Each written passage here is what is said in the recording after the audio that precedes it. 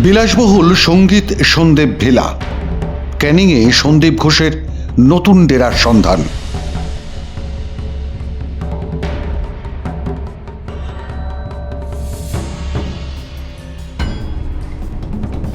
ক্যানিং ২ নম্বর ব্লকের ঘুটিয়ারি শরীফের নারায়ণপুর মৌজা, কয়েকশো বিঘা জমি। সেখানে গড়ে তোলা হয়েছে বিশাল বাংলো বাড়ি, তৈরি করা হয়েছে ফার্ম হাউস। স্থানীয় বেশ কিছু যুবক সেখানে কাজ করছেন।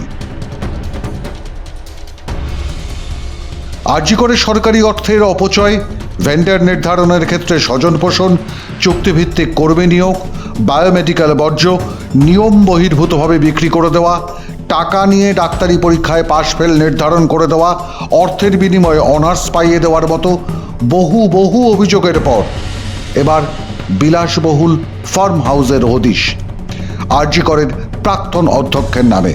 কালো টাকা বিনিয়োগের সহজতম উপায়।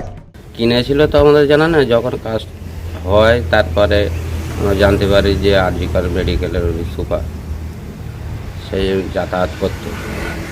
উনি আসতো, ফ্যামিলি নিয়ে আসতো, 10টা 11টার আসতো, 4টে 3:30 টাইমে বার হয়ে চলে যেত। আচ্ছা, মানে পুরো ফ্যামিলি নিয়ে আসতো? হ্যাঁ। সারাদিন থাকতো? কি মনে হয় রাতেও থাকতো নাকি? না না, রাতে দেখলাম বিকালবেলাই বার হয়ে যেত। কোনো কি নার্স বা ডাক্তার যারা রয়েছে তারা কি আসতো? কিছু না, ওগুলো চোখে পড়বে। এই সম্পত্তির মালিক চিকিৎসক দম্পতি সঙ্গীতা ঘোষ ও সন্দীপ ঘোষ। সঙ্গীত সন্দীপা ভিলার সন্ধান পাওয়া গেল দক্ষিণ 24 পরগনার ক্যানিংয়ের 2 নম্বর ব্লকের নারায়ণপুরে। জানিয়ে এলাকায় শুরু হয়েছে গুঞ্জন। ক্যানিংয়ের এই বিশাল বাংলো বাড়িটি আরজি করের প্রাক্তন অধ্যক্ষের নামে বলেই জানিয়েছেন স্থানীয় বাসিন্দারা। কয়েকশো বিঘা জমিতে ফার্ম হাউসের যাবতীয় কাজকর্ম চলত সন্দীপ ঘোষের নির্দেশেই। গেস্ট হাউসটা কিনেছিল কতদিন আগে কিনেছে বলে মনে হয়? তাও আগে কিনেছিল তো, যে কোম্পানি থেকে কিছুটা তৈরি করে দিয়েছিল, তারপরে উনি খরচা করে কিছু তৈরি করেছিল। বায়োমেডিক্যাল বর্জ্য নিয়ম বহির্ভূতভাবে বিক্রি করে দেওয়া, বেনামে মৃতদেহ লাশ কাটা ঘর থেকে চালান করে দেওয়া সহ একাধিক অভিযোগ করেছিলেন প্রাক্তন ডেপুটি সুপার আক্তার আলী। আরজি করের সুপার থেকে শুরু করে স্বাস্থ্য ভবন, রাজ্যের স্বাস্থ্য দফতর, এমনকি রাজ্যের মুখ্যমন্ত্রীর কাছেও নথি প্রমাণ সহ অভিযোগ জানিয়েছিলেন non medical deputy super Akhtar Ali. মুখ্যমন্ত্রী তো দূরের কথা, কেউ সে কথা কানেও তোলেনি, বরং বদলি করে দেওয়া হয়েছিল আক্তার আলীকে, নিষ্কণ্টক করতে সন্দীপ ঘোষকে। আরজি করের চিকিৎসক তরুণীর ধর্ষণ খুনের ঘটনার পর অধ্যক্ষ সন্দীপ ঘোষের যাবতীয় কীর্তি চাপা দিতে রাজ্য সরকার একটা সিট গঠনও করেছিল, কিন্তু আদালতের নির্দেশে সিবিআই সিটের কাছ থেকে তদন্তের ভার নেয়। আর তারপরই একে একে সামনে আসতে থাকে সন্দীপ ঘোষ ও তার বাহিনীর একের পর এক দুর্নীতি কেচ্ছা। তারই এখনো পর্যন্ত শেষতম নিদর্শন কয়েকশো বিঘা জমিতে একটি বিলাসবহুল বাড়ি, নাম সঙ্গীতা সন্দীপ ভিলা। ঠিক অপার মতো লাগছে না?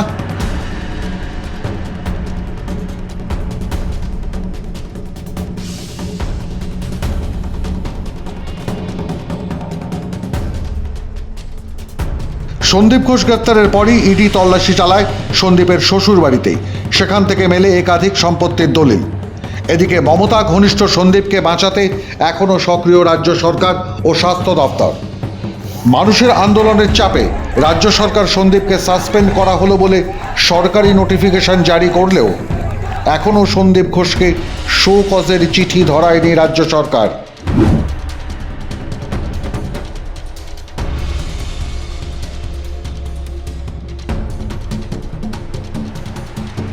শোকজ না করা হলে এই অর্ডারের আক্ষরিক অর্থে কোনো মূল্য নেই। WBS(CCA) রুলস 1971 অনুযায়ী ডিসিপ্লিনারি প্রসিডিংস বা বিভাগীয় তদন্ত শুরু না করা গেলে দিব্যি সাসপেনশন অবস্থায় জেলে বসে নিয়ম করে অর্ধেক বেতন পেয়ে যাবেন সন্দীপ ঘোষ। 3 মাস বাদে তা 75% হয়ে যাবে। তারপর সাসপেনশন উঠে গেলে দিব্য মুখ মুছে বকেয়া টাকা, প্রমোশন সব পেয়ে যাবে অভিযুক্ত সন্দীপ ঘোষ। সে কারণেই বিভিন্ন চিকিৎসক সংগঠনের পক্ষ থেকে আরজি করের প্রাক্তন অধ্যক্ষের বিরুদ্ধে বিভাগীয় তদন্ত, অন্তত শোকজ নোটিশ ইস্যু করবার দাবি জানিয়েছেন চিকিৎসক সংগঠনগুলি। জানিয়েছেন সন্দীপ ঘোষকে যেন অবিলম্বে বরখাস্ত করা হয় সরকারি চাকরি থেকে। মাধ্যম ব্যুরো রিপোর্ট।